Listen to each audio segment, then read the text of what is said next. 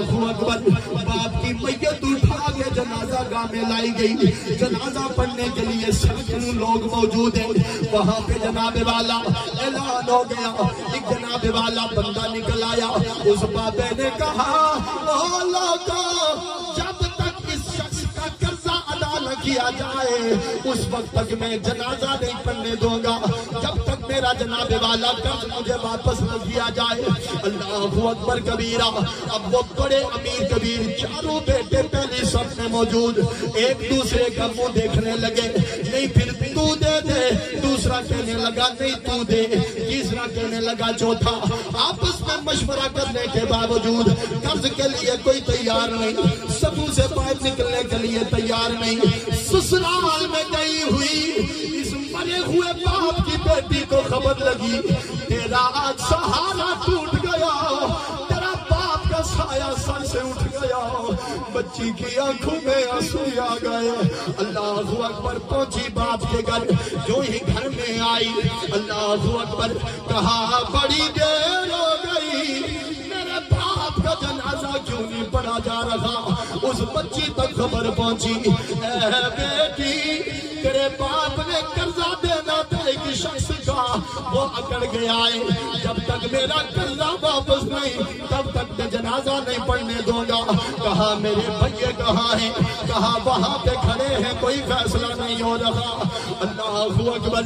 اب بیٹی اٹھی, بیٹی کہنے لگی ٹھہرو ٹھہرو میں خود ہی آ رہی ہوں.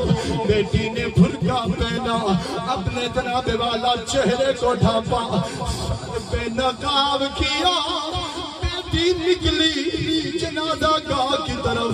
اب لوگ نہ بے انتظار ہیں, اب بابے کا کیا ہوگا, قرض کیسے ادا ہوگا. بیٹی کہنے لگی جس کا قرض میرے ابا نے دینا ہے اس بابا کو بلایا جائے, کیونکہ جنازہ گاہ میں لوگ کھڑے ہیں. اسی پردے دارا ہمیں باپ نے تربیت کی ہے, ہمیں پردے کی تربیت کی ہے.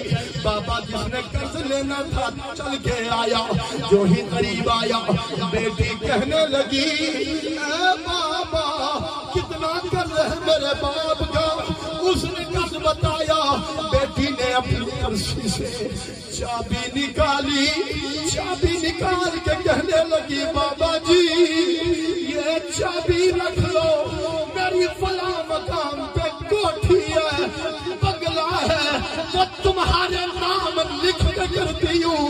اگر قرضہ ختم نہ ہوا پیسے بھی دوں گی, وعدہ کرتی ہوں, لیکن میرے باپ کی میت کو تکلیف نہ دی جائے, میرے باپ کا جنازہ پڑھا جائے. اللہ اکبر کبیرہ قرآن ہو جائے. فیصلہ ہو گیا, 4 تکبیروں کے بعد جنازہ ہو گیا. لیکن دل سے کہنا پڑتا ہے کہ بیٹیاں سب کے مقدر میں کہاں ہوتی ہیں, ہر خدا کو جو پسند آئے وہاں